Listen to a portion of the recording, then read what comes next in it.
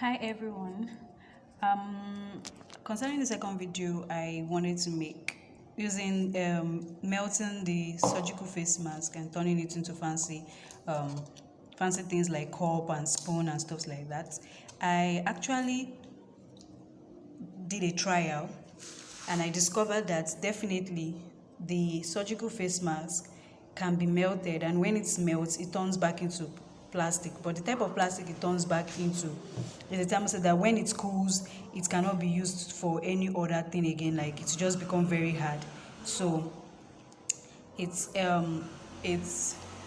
except if you have things like the shredding equipment and also the melting equipment, the melt bound this thing where you compress the shredded this thing and turn it into shapes that you like.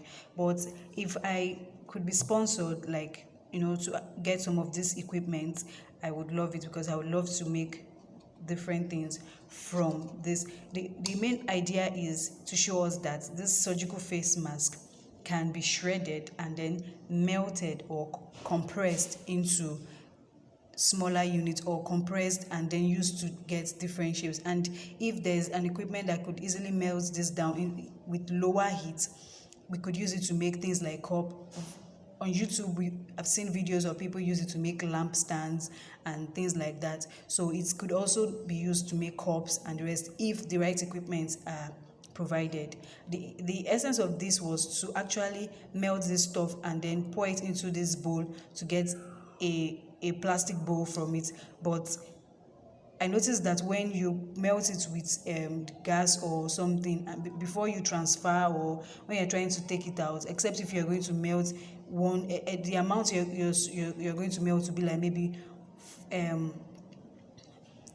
20 100 or more than 100 is a little small, like 200 or 250 face mask. If you melt that, then it would fill up the pot and you can easily pour it out into the mold. But the essence of this video is to show us what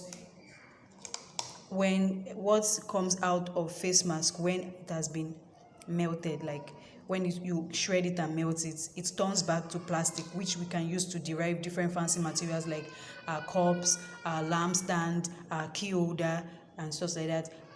Backing this up, I would add another YouTube video showing us how people do it outside the country, so that if I could also get sponsorship, I would really appreciate it. Thank you.